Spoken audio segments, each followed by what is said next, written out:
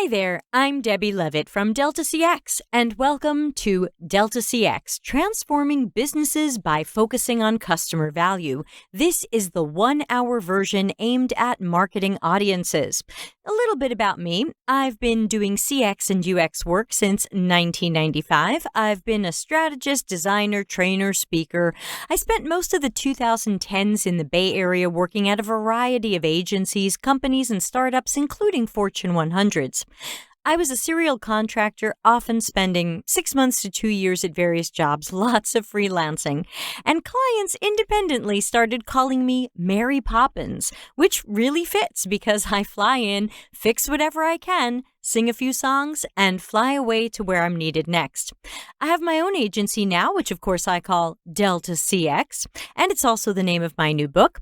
But you can get to know Delta CX at our website, deltacx.com. We're a full-service CX and UX agency taking on projects and consulting of all sizes.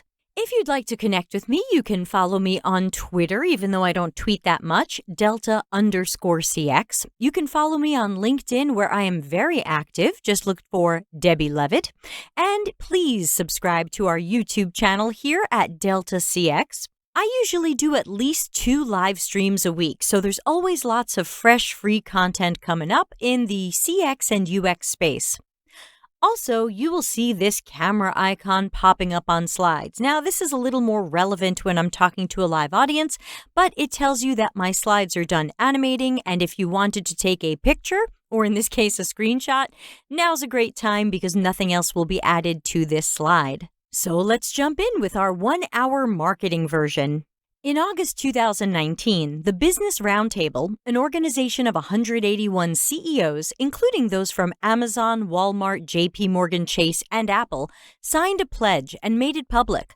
These corporations were looking to replace the typical top corporate goal of serving shareholders first with, quote, investing in employees, delivering value to customers, dealing ethically with suppliers, and supporting outside communities, end quote.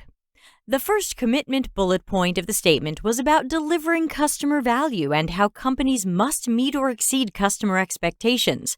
If this is a shift from how things have been done to this point, then that means businesses will need to transform processes, goals, strategies, operations, hiring, and so much more. We can't keep working the way we have been. We will have to move away from do it faster with the cheapest people possible that we could find to hire qualified and efficient workers who will do a better job.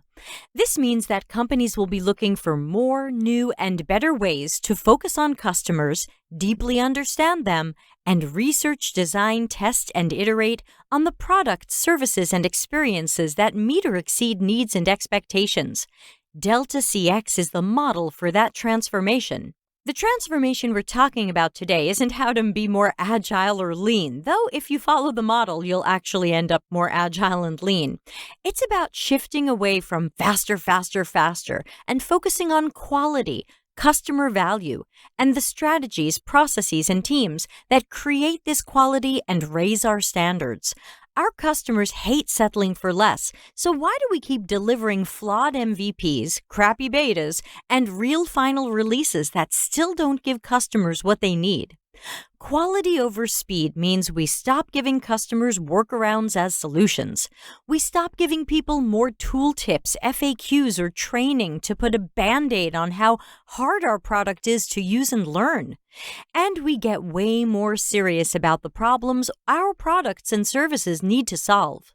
You might wonder, what are UX and CX? Let's quickly define these. Traditionally, UX was a subset of CX.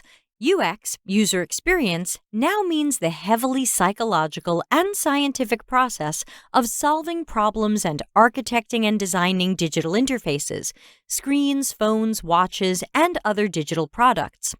CX, customer experience, is all of the experiences with your brand.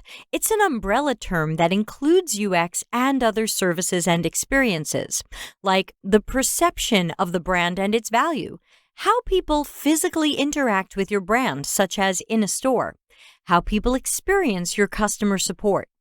Think of it this way. You booked a hotel room on a website. That would fit the definition of UX. digital interface.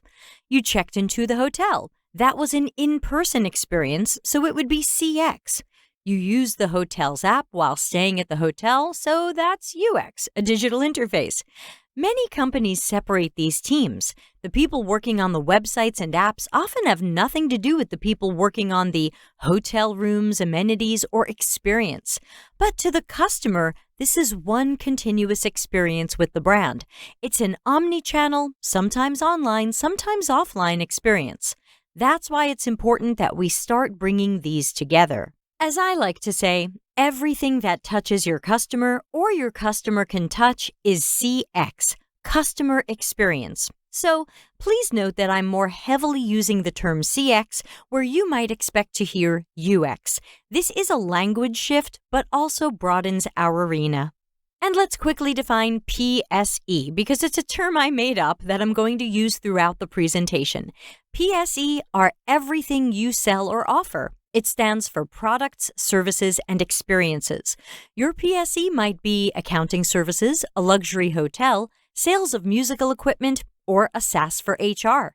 Your PSE might include a website, app, call center, or retail store. To abbreviate all of these possible things, I'll call one or more products, services, or experiences offered or delivered by your company PSE. Overview of models. First, I want to introduce you to the 9 core principles from the Delta CX model. You'll hear some of these mentioned in a few spots around the workshop. Number 1, our highest priority is customer satisfaction and the customer value of our PSE. Number 2, quality over speed. While some methodologies are hung up on how fast PSE can be built and released to the public, we know that delivering flawed PSE works against us. The junk we offer our customers chips away at their loyalty, burns customer support time, embarrasses us in public, kills our stock price, and makes it harder for us to compete. Number 3, don't get trendy. Forget the buzzwords and the gurus. Number 4, we're grounded in proper research.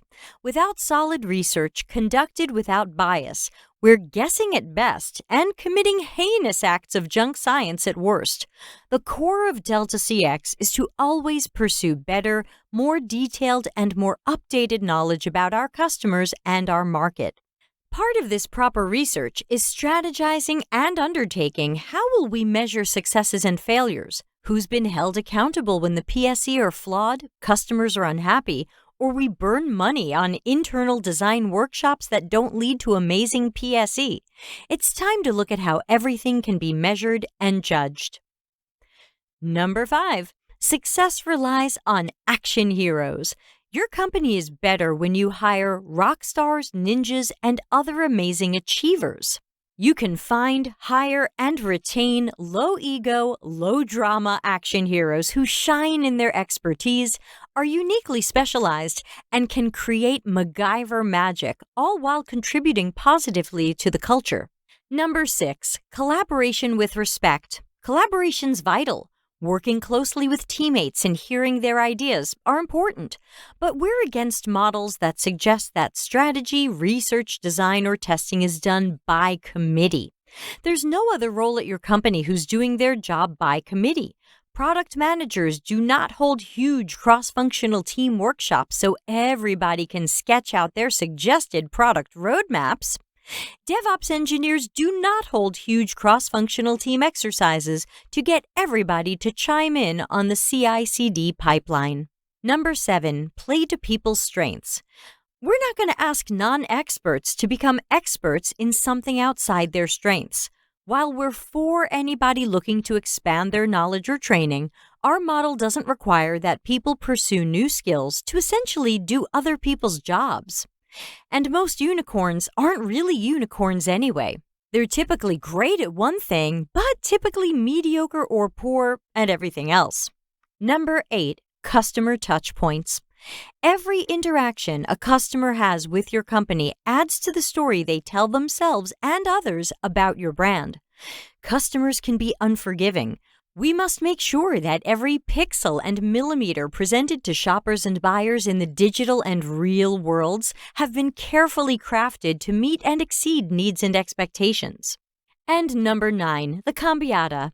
In Italian, it means something that's been changed. It's also a music theory term for a simple melody that skips a note to create more compatibility, something that sounds happier to our ear, and that skipped note creates a break in the melody, taking it in another direction. CX is storytelling. Every moment, interaction, pixel, millimeter, object, and location that we deliberately design and create is part of our company's story. There's no substitution for truly focusing on the real needs of real customers, researching to have as much knowledge and data as possible, hiring amazing workers who specialize in CX, and investing time, money, and resources into more accurately and efficiently building what makes customers loyal. I want to introduce you to the 4 horsemen of bad UX, my registered trademark. They are frustration, confusion, disappointment, and distraction. CX practitioners want to make sure people never feel any of these. We listen for them when we're doing research and testing on real or potential customers. Look for them in customer support tickets, app reviews, and other places where the customer can express themselves. We look for them when we review our own work and while we're designing. The 4 horsemen of bad CX are a great model for you to start using as well. Where do you notice what might frustrate, confuse, disappoint, or distract customers in bad ways? See where you can recognize or predict them and solve the problem before it's a problem. Also, by calling the horsemen by name, we can be more specific than, "I don't think customers will like that." Well, why not? We could say, "They will be frustrated that we kept popping up messages," or "They will be confused by how the process is different on this screen than that other screen." When we know or can predict how target potential and current customers will react to something we're working on, we can better look at what we need to do to fix it. We solve for confusion differently than we solve for the others. We want to make sure that users have an easy, intuitive, and delightful experience. I'd like to introduce you to my Empathy Knowledge Action model, which is so new it's not in my Delta CX book. In a vacuum, empathy isn't enough. Even the sympathy of, "Gosh, customers sure seem to be struggling with this," isn't enough. It's not enough to feel for customers or care about customers. It requires knowledge and action. Knowledge would be the good data we get from real customer research, things we know versus things teams love to guess at or assume. Action is, what did we do? Very often we did little or nothing. It's another good model to use at your job, so let's go a little deeper. Let's take a look at what happens when we have 2 of these but not all 3. Without all 3, we're probably not creating the best customer value or building what people really need. Empathy and action without knowledge. If you're lacking knowledge, then any empathy anybody claims to have were guesses or assumptions. Your actions most likely were a mismatch to customers' real tasks and unmet needs since you were not grounded in proper research. Knowledge and action without empathy. Acting based on customers' known realities could be great. Could we do that without heartfelt care and feelings for our customers' experiences? Maybe. But seeing our customers' worlds through their eyes would add an important dimension to our work.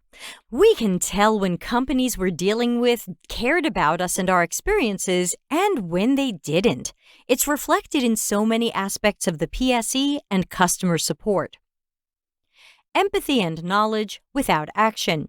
You had good info and data from great CX research, you feel for the customer's pain points and needs, and then you did nothing.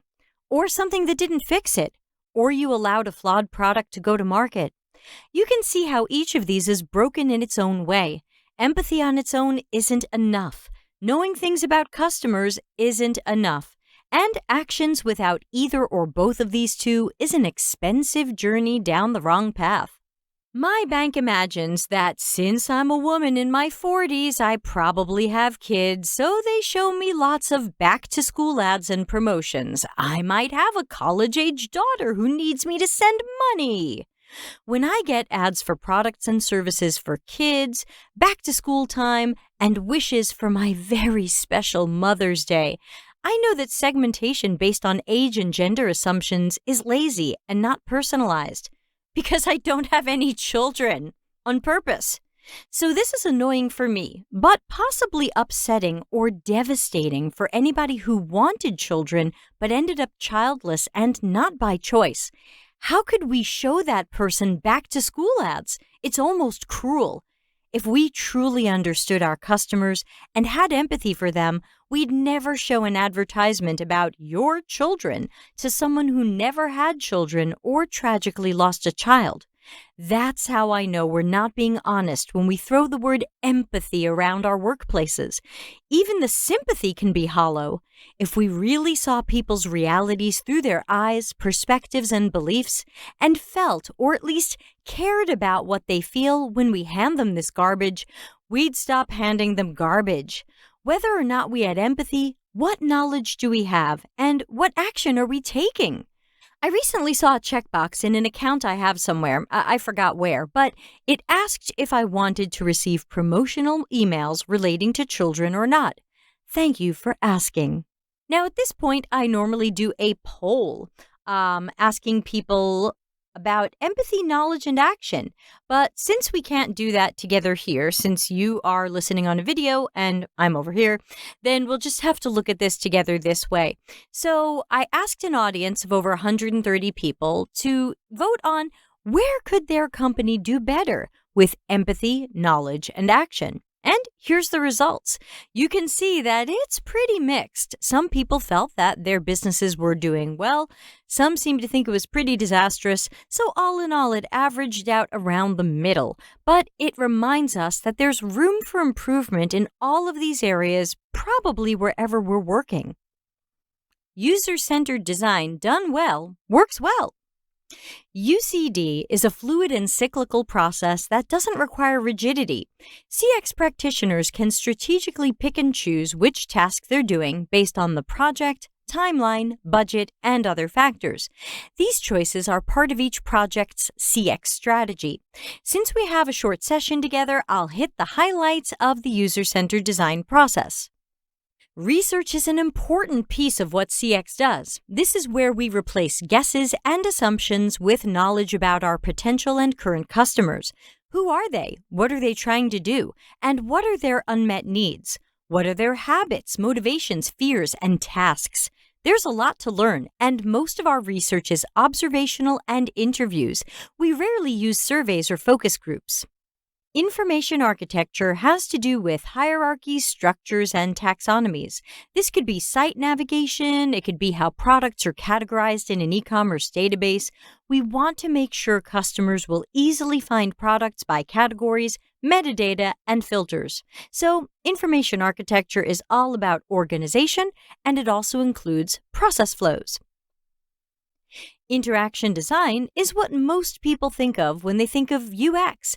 These are our wireframes and prototypes, the blueprints of our designs.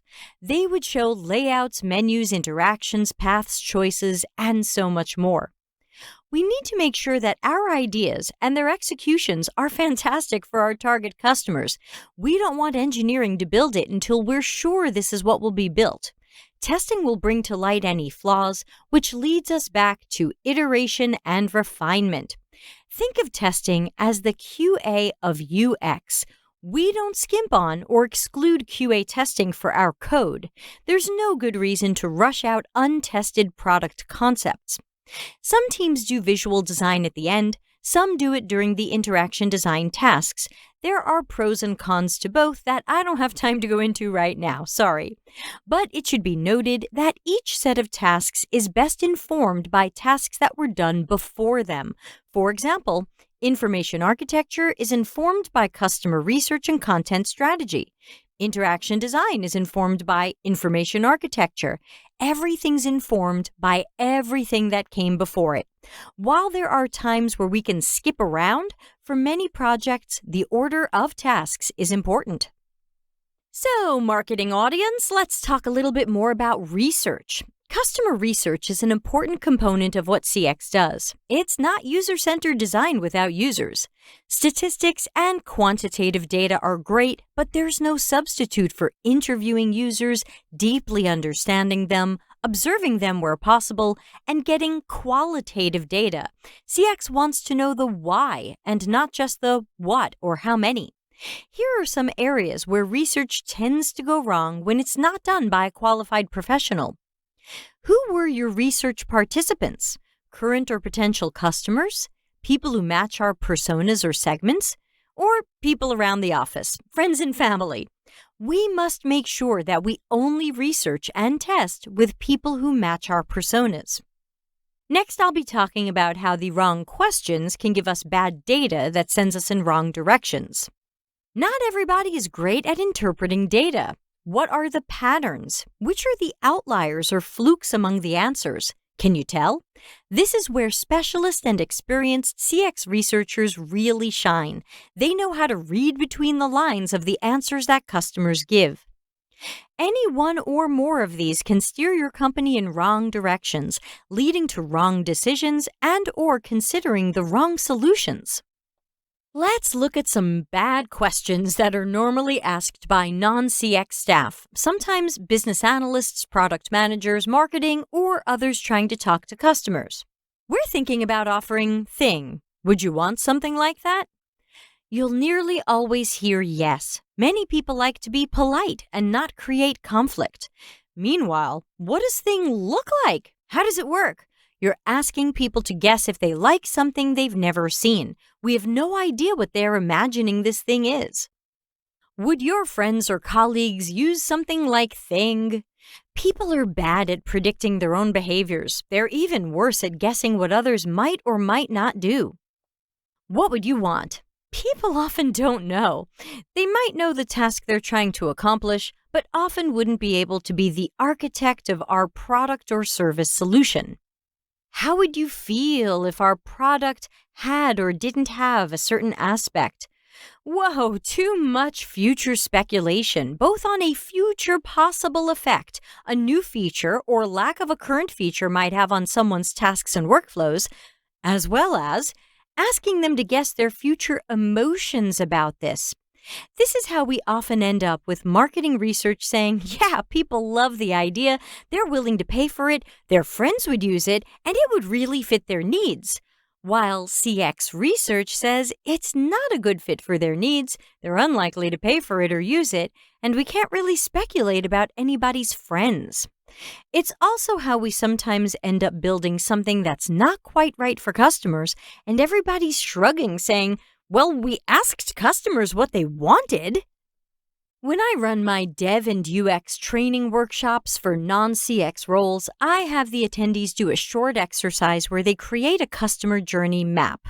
Note that my attendees are normally engineers, like developers, QA. They could be product managers, business analysts, agile coaches, and other non-CX roles. The goal of the exercise is not to teach people that they too can just put on their empathy hats and make a customer journey map. The goal is for the people in the room to be surprised at how hard it is to do well. I hand out a persona for Community Carrie, a senior citizen with Parkinson's disease. Carrie recently lost her husband. She had to move, and now she needs renters or homeowners insurance. Her husband used to take care of it, but now he's gone. You work for the insurance company, and you're creating a customer journey map for Carrie. Where does she start to research or purchase insurance? What's her journey? After the exercise, I poll people on what they think Carrie's first step is. Typically, the room is broken pretty evenly among those who think Carrie starts by searching Google, posting to Facebook, calling a friend, asking Siri, or wanting to meet an insurance agent in person. Someone imagined she asks her dead husband for help, so I added that to the poll. Some people imagine Carrie has an easy time researching insurance, and some see her journey as full of frustration and confusion. Without great customer research, we're guessing. What Carrie does is a guess, unless you've collected excellent data, interpreted it well, and left your biases out. CX studied a bunch of people like Carrie. We observed and or interviewed them, so we know what their journey was. When done right, CX tasks like personas and customer journey maps aren't group craft exercises. They're done by experts based on empathy, knowledge, and action. Great research data might prove most or even all of these guesses wrong. What if we turned those wrong guesses into features or PSE? That's a huge investment in time and resources because we had confidence in our guessing. The more we rely on assumptions we haven't validated, the more risk our company faces. Yet, this is what tends to happen when we leave PSE research, design, testing, and other tasks to workers who aren't CX experts. This is very expensive guesswork. Aspirologies is my made-up word for trendy methodologies that aspire to greatness but miss the mark or actually hurt our processes, teams, or product. Calling these methodologies is giving them too much credibility. Typically, they aim to reduce or reassign specialized CX tasks and work to other roles or sometimes an entire team working by committee. And that's why we need to burn some of these quickly to the ground.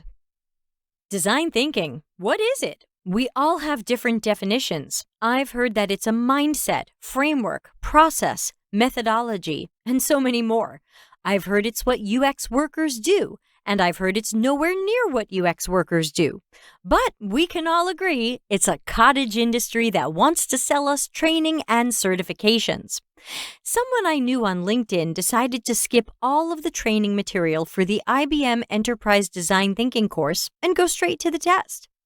15 minutes later, he was a certified IBM Enterprise Design Thinking practitioner.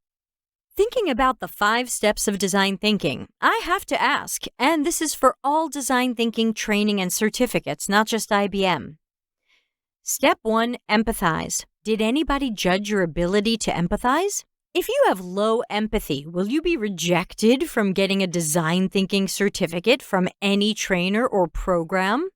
Step 2, define problems. Did anybody judge how well you understood customers and their pain points? Did anybody check where you got your information about customers, whether there was deep, high-quality research, or whether you guessed and assumed what customers needed or might do? Step 3, ideate. Did anybody judge how well you ideated? Were your ideas good, bad, viable, innovative? We're supposed to be innovating and disrupting, right? Did anybody judge the quality of your ideas? Step 4, prototype. Did anybody judge your ability to prototype or your strategic approach to choosing which prototyping method you would use? Did anybody not get their design thinking certificate because their prototyping work was poor? And finally, step 5, test. Oh, testing. Did anybody examine your research plan, selected participants, testing method, execution of the testing, or interpretation of that testing? Did anybody check if anything about your testing was flawed or biased? None of these were checked for any depth or quality. Everybody gets a trophy and walks away believing they're great at all of these things. Many believe they do them at the level of CX and UX professionals. That's bad for our industry since expert CX and UX practitioners can't be replaced by design thinkers. Design sprints were originally intended to help startups without CX workers quickly do micro-pseudo-CX work themselves and decide what they would build for their MVP. Design sprints and the MVP are 2 startup concepts that go well together for startups. They're not a great match for non-startups. We have a CX team that knows how to test concepts without engineering coding them and releasing them to the public. We have a product team that knows how to prioritize and create a product roadmap. And why are we trying to model ourselves after startups, a segment of businesses with a 90 or 95% failure rate? So design sprints are devolving and evolving fast. Design sprints version 1 is a 5-day process, and the days mostly involve the following. Day 1, understand the problem. Day 2, sketch solutions. Day 3, pick a solution. Day 4, prototype it. Day 5, test. It sounds like everybody in the room, which could be 6, 7, 8, 9, 10 people, man, that gets expensive fast. Sounds like everybody in the room is trying to do my job or some aspect of it, so I'm not thrilled with that. But let's talk about Design Sprints version 2.0. This exists simultaneously as Design Sprints version 1.0, so it didn't replace it. You can pick which one you like. Design Sprints version 2.0 is a 4-day process, cutting off 1 day. You only need that full team of 6 to 10 people for 2 days. They're going to do the defining the problem and sketching the solutions and picking the winner. But in this model, your facilitator or agency or CX or UX specialists are going to take over the rest of the process. They're going to do the prototyping and the testing, and then they'll report on the testing based on their expert interpretation of the testing. So we'll leave that to the experts and end up with a report of how it all went. Okay, great. Design Sprints version 3 also simultaneously exists. You can pick which of these 3 you'd like to do. And it turns out that some facilitators and agencies were arriving at Design Sprint weeks only to find out that what the business presented as the problem or challenge was immediately recognized as garbage or ended up torn to pieces when they went to define the problem during the first day. That'll derail a design sprint. So version 3 requires that a week or 2 before the design sprint starts, the facilitator or agency must do all of the work around the problem. Personas, customer journey maps, and other customer research-based deliverables will not be made by the design sprint attendees. They'll be made ahead of time, hopefully by CX research experts and not by someone using guesses and assumptions. Then I asked myself, what's Design Sprints version 4? If I combine version 2 and version 3, and I remove from the team exercises everything we think experts should do, what's left? What's left is team solution sketching and voting on the winner. Well, again, that's kind of my job, and I do suggest an ideation workshop if we want to collect other people's ideas, but not have them sketch exact executions of those ideas. So where's Design Sprints version 4 going? I predict that Design Sprints version 4 will essentially be a team solution sketching workshop and picking a winner, maybe even just lasting an hour, with everything else hopefully done by CX experts. Perhaps today's Design Sprint 5-day adventure will become tomorrow's 1-hour solution sketching workshop. But I'd still be against it. That's my job.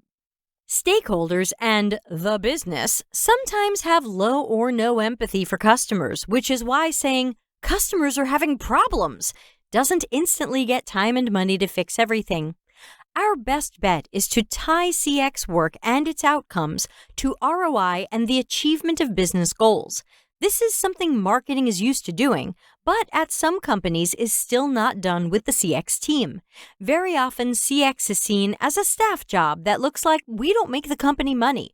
We're assumed to be a pair of hands that just drew what someone wrote in requirements or user stories.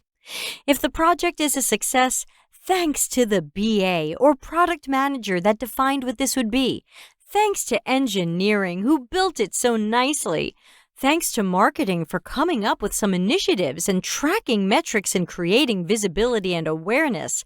Everybody else is the golden child, and nobody even knows what CX does. They still don't understand us. Tying us to ROI will hugely help, and marketing is a great partner for that.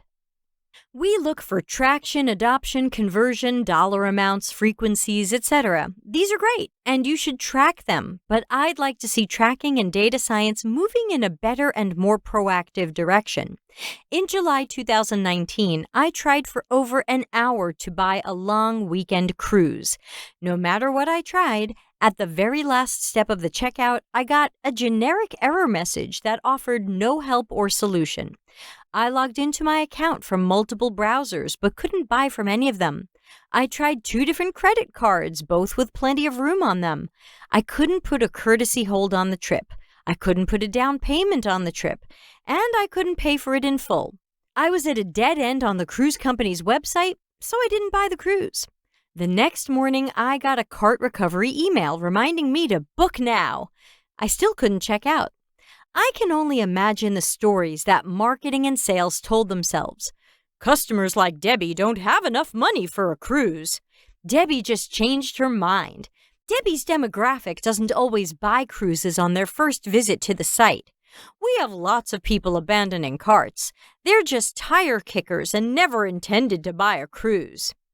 Lots of guessing and imagination, but what do we really know? And more importantly, could we have saved any of those sales? What if we were proactive? Can we create algorithms to proactively find these customers and then put processes in place to proactively help them just in time?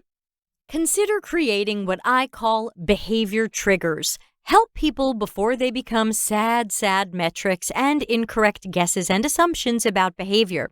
Here are some sample behavior triggers using the previous story. What if the second purchase failure and error message triggered a live help chat from someone who could see, through their support interface, what I was working on, honor that price, and help convert me into a paying customer? A first checkout attempt makes me look pretty serious and like I'm not just kicking tires. The second checkout attempt is generous of me. Hurry up and save the sale. When things go bad for me a second time, step in while we still have momentum. Once I leave, I might be shopping on a competitor's website. Can the system catch me logging in from more than one browser, trying to buy the same thing over and over? Logging in from another browser sure makes me look like a serious customer trying to give you my money. Save the sale.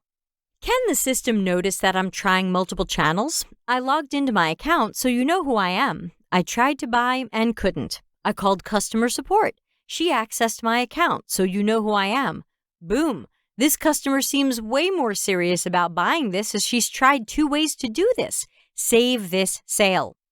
Maybe don't call people as that's creepy, but you could pop up live chat with people, not chatbots, acknowledging that they're having trouble and offering to help. You can just have something peek up from the bottom right corner, like the way we see systems asking if we want to start a chat. Don't put a giant pop-up on the screen. With that small little peek, people can close it or they can choose to engage. Again, do not interrupt people or create an obstacle with something large. And make sure you only poke people once per session. If someone doesn't want help but keeps setting off multiple triggers or one trigger multiple times, don't keep pestering them. Someone might decide just from hearing these ideas that this is too expensive or not worth it. Many companies might imagine that fixing or improving something to potentially convert 5 customers per day isn't worth it. They're just edge cases. Time to do some math. If 5 people per day had the problem I had on the cruise website, that's $6 million in lost sales each year. What would a behavior triggers project cost to research, architect, test, iterate, build, and release? If it cost $500,000, wouldn't we say it's worth it to try to save potentially $6 million per year, plus decreasing the negative micro-influencer word of mouth? Let's take a look at another example. I once found that a Fortune 100 enterprise system had a faulty checkout. People with certain ad blockers in their browsers didn't see the credit card form, just a blank space. Amazing that I was the one who found that, right? Well, that company charges around $12,000 per year for a team with 50 people to use their enterprise system. If we could save just 2 sales per day by proactively catching customers when they're having any trouble with the subscription plans or checkout, we could save nearly $9 million in sales per year.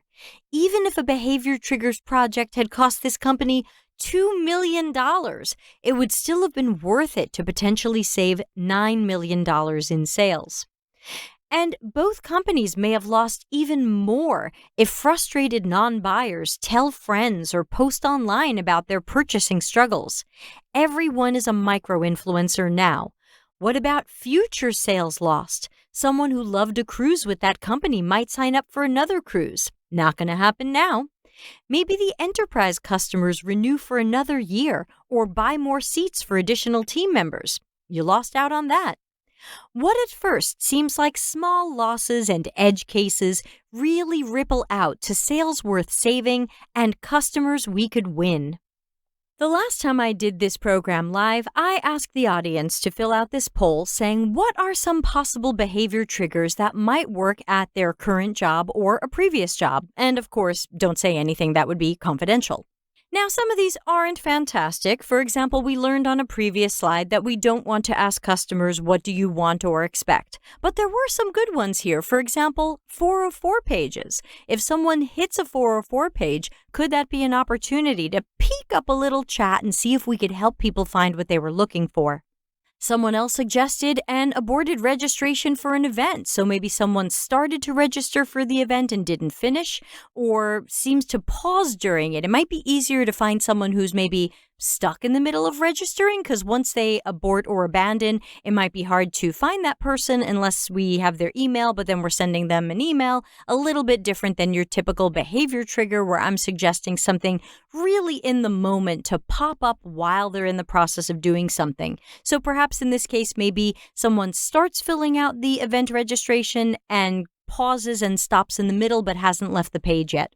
Multiple error messages could be another great opportunity for a behavior trigger. If your system can tell that it is popping up one or more error messages, do we want to try to initiate a live chat with someone and see if something's going wrong that we could help with?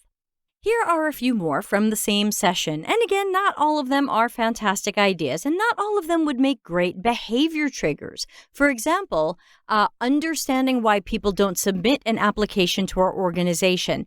That's probably better learned through some more traditional CX research. It might be hard to craft a behavior trigger that catches someone not applying for something and tries to talk to them about that. So that might be a little bit hard to track, but it could still be found out through a CX research project.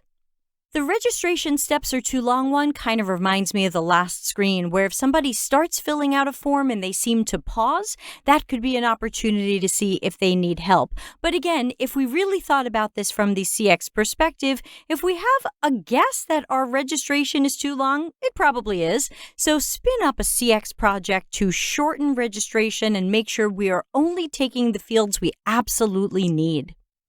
I like the multiple form submissions one, since that's really interesting. You know, we've talked about people not being able to do things, but what about somebody doing something too many times? That could be interesting as well. Maybe popping up help to see why they did that, or if there's something we can do for that person. So that's an interesting one. So again, not all of these on the screen are winners, unfortunately, but hopefully it's made you think a little bit about what are some possible automated behavior triggers that your company could create to save sales, save customers, save happiness in the moment, rather than waiting for people to become sad metrics. CX and marketing can be best friends forever. At many companies, this would mean that CX's new best friend is probably marketing. Marketing has the business's ear and wallets. They've got mountains of goals that CX can help them achieve. We'll partner on KPIs, OKRs, and metrics, and marketing will help us get some of the time and budget we need. Marketing will help CX tie great outcomes and business successes to CX work. We could also partner with marketing on work marketing often does now, but probably shouldn't be doing alone, like designing, building, and maintaining the public website.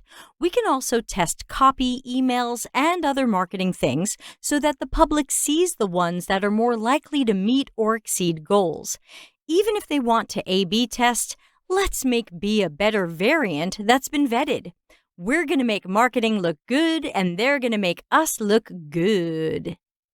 CX and marketing jointly working to achieve goals and meet OKRs can lead to initiatives including optimizing onboarding. Are our newest customers getting frustrated, confused, or disappointed early in the process? Are there one or more elements to getting started with our company that are CX nightmares and need to be redesigned? Don't add to onboarding or training. This is an opportunity to re-architect and improve the PSE to be intuitive and easier to learn without help. Customer service improvements. How often have you heard, if they can't figure it out, they'll just contact customer support? Some companies assume the best improvement here is to beef up the knowledge base and searchable help so customers are less likely to call or email for support. Maybe your company wants to build chatbots, which still don't seem totally ready for prime time. Well, how much do you like contacting support when you can't figure something out or you run into a problem? Better than that would be for CX to analyze where processes or aspects of the PSE are summoning the four horsemen of bad CX. Don't just put a Band-Aid on these problems. Spin up projects to fix the PSE so customers tax support channels less. Website improvements. At some companies, the public-facing website is often controlled by marketing since it describes the company, what's offered, and nudges people to sign up, buy, or undertake another action. CX and marketing should work together on websites, microsites, landing pages, and anything the potential or current customer experiences. We have unique perspectives and data. This is another opportunity for collaboration. We find that workers at low CX maturity companies are usually measuring CX in one dimension. We added people and time to the project, so our project ended up costing more and went more slowly. People seeing it that way are missing the full arc of what CX brings to a company. When we can tie our work to positive outcomes, ROI, and meeting or exceeding business goals, we can teach stakeholders, leaders, and others that great CX work more than pays for itself. Now here's the longer version of a story I hinted at earlier. Once upon a time, a marketing team from a very famous Fortune 100 was considering my company to help them fix their public website. Executives hated the site and conversions were low. They hired an outside marketing firm to improve the SEO. That firm was successful, but conversions were still really low. So they asked me to take a look at it. They made it sound like they might hire my company to fix things, but they wanted me to show my stuff by finding some of the most obvious CX or UX problems on the website. Well, I don't usually give much away for free, but I found a couple of obvious problems around the website, and then I decided to try to sign up and check out. When I got to the payment page, there was a giant blank white space where the credit card form should have been, just empty. I tried reloading, but nothing was there. I poked around the page structure a bit, and I found that someone had put the credit card form in an iframe, which made my browser think it was malicious, so it was blocked. How did nobody notice that before? Was anybody proud of the money they saved by not testing the site with more browsers and ad blockers? How long was the site that way before I noticed it? Probably months. How much did this company leave on the table? Hard to say, but I would estimate millions of dollars. Unfortunately, the end of the story was that the company rejected my proposal to help them with the many problems on their website. They claimed they had it under control. Right after they claimed to have it under control, the CMO and most of the team were fired and replaced. Sad story, but it could have been a fantastic collaboration between marketing and CX.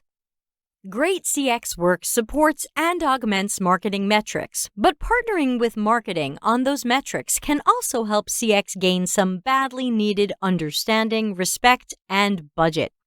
In addition to formalized OKRs, CX can partner on metrics including cost per acquisition, cost per conversion, bounce rate, time on site. Remember that this varies based on the type of site. Content-based site, you want time on the site. Most other things, you want people efficiently accomplishing tasks and moving on. P1M1 retention. How many people convert from a free or trial version to being a paid customer? Value of a customer, lifetime, as well as broken into certain periods like quarterly or yearly. And e-commerce measurements including average order value and the number and frequency of repeat purchases. CX and marketing can then partner on the initiatives that can achieve these goals. CX would also have the research and its own metrics and data that can help marketing better understand many of the above. If we don't have that data, we should spin up a research project to learn more and get baseline figures. For example, we shouldn't guess. We should learn why trial customers don't often convert to paid. Does CX know why monthly customers tend to cancel after an average of 3 months? What customer research can CX spin up that will help explain and improve these situations? These are perfect opportunities for partnership and collaboration. NPS, Net Promoter Score, can be a great tool when matched with knowledge and action. How can we learn more about why we got a certain score, and then what can we do to improve it? If it's just a number in a report and everybody hopes it looks better next quarter, you're doing it wrong. Typically, NPS is shown with a graphic like this. People who gave you a score of 0 through 6 are your detractors who are unhappy. You'll often see a suggestion to reach out to them to mitigate brand damage. 7 and 8 are passives who are susceptible to competitive offerings. 9 and 10 are loyal, likely to remain a customer and likely to spread positive word of mouth. But we need to drop some truth bombs on this. If you told me our NPS was 9.7 out of 10, I would say, okay, what can we improve? You can't rest or be complacent because you got a good score. There are always things to fix or improve. We have to be proactive to learn what those can be. The people giving you scores from 4 to 8 are probably hoping to let you know in a not-so-subtle way that they think you kinda suck. They're looking at leaving and might have already stopped doing business with you. Don't assume that you can save customers you've lost. Think about the times you walked away from a product or service because you were just done. Did they win you back when they asked nicely? Did they win you back with a discount? Maybe, but maybe not. Especially if price wasn't the main problem. If you gave a company a 7 or 8 out of 10, how happy are you? Are you trying to tell them they might suck? Can we mostly ignore you 7s and 8s and be passive about you, hoping that you don't choose a competitor and leave? People who scored you 0 to 3 probably can't be saved. 2 years after I moved all of my most important websites to another hosting company, my old company sent me an NPS survey. I gave them the lowest score possible. The next day, I got an email from some sales guy who wanted to talk to me. Hey, how do you use our service? What's going wrong for you? I told them too late. They didn't seem to care or notice when I started moving websites off their platform. And he's being lazy. He could have started by reading all of my customer support tickets and learned where things were going wrong. But also note that this is where behavior triggers would have been great. Hey, someone just moved one site off her hosting. We really should reach out to her. Or do you want to wait until I've moved 2 sites off your hosting? Now it's really too late. How about noticing some of the words I used while dealing with support, like cancel? That would take some fine-tuning, but perhaps a behavior trigger could have found my fury and tried to fix things before you completely lost me. And let's face it, 100% of your current customers are susceptible to competitive offerings. Some will jump at a lower price. Some will jump when our competitor improves what they offer. Some are happy, but are always checking other options. People are loyal until they're not. The NPS shouldn't be the first time we're reaching out to people to see how they are, what they need, or what's going wrong. This is another reason why marketing and CX can be great partners. CX always wants to research with customers to learn what's going right, what's failing, where the problems are, and what customers' unmet needs are. Here's some tips for the CX marketing friendship. Variants should be high quality. CX sometimes notices marketing and other teams wanting to A/B test ideas, but the B variant didn't get a thorough CX process. You might be testing the current PSE against something raw, unfinished, or based on guesses. Make sure A/B tests include variants that have been researched, architected, tested, iterated on, and validated by CX, especially if your B is going out to the paying public. Be careful with customer surveys. These are often too long, focus too much on quantitative over qualitative, and can be biased, accidentally or on purpose. They sometimes don't get to the heart of what marketing or CX needs to know to create change. And very often, survey takers can feel like none of the answers are the right answer, or Multiple answers are right, but they have to pick one. Surveys sometimes give us junky data. Be careful of focus groups. CX notices that they tend to suffer from groupthink. People might also be less open or more dishonest by accident or on purpose in the name of being polite or because they're worried that others in the room are judging them. Marketing and CX should unify their personas or sets of personas. If marketing has info to add to personas, let's add them and have one definitive set that all teams at our company can use. If more than one set can't be avoided, then marketing and CX should still collaborate on these efforts. And CX must share scenarios with marketing. Stock photos love to show people on couches comfortably using their smartphones without distraction. But is that reality? Or is our customer likely to be on a bus trying to calm a toddler while one-handing their phone? If CX is creating scenarios, make sure those are socialized with every possible department and team. And that's it. When I gave this live in April 2020 as a keynote at an American Marketing Association virtual conference, there were a bunch of questions that were asked in response to this. I decided to take those questions and shoot a video answering all of them. So check in the description, and also you can click the card pop-up thingy here to find that video and see how you can hear all the questions that were asked and the answers to them, since if you feel like you have some questions brewing in your mind right now, you might find they've been answered. Outside of that, you are welcome to find whatever way works for you to connect with me and continue the conversation. Please visit Delta CX to learn more about my book, our private training, the YouTube channel, and all of our super cool live streams and interviews, our Slack workspace, and lots of Medium articles that we've got out there. My goal is to get mountains of free content out there for people so that whether it helps your job now or future job, you've got videos and articles and other things that you can rely upon. And I'm always adding more. So thanks for joining this Delta CX and marketing adventure, and I hope to see you soon, maybe joining in on one of my live streams, asking some questions, or just connecting on LinkedIn. Thanks.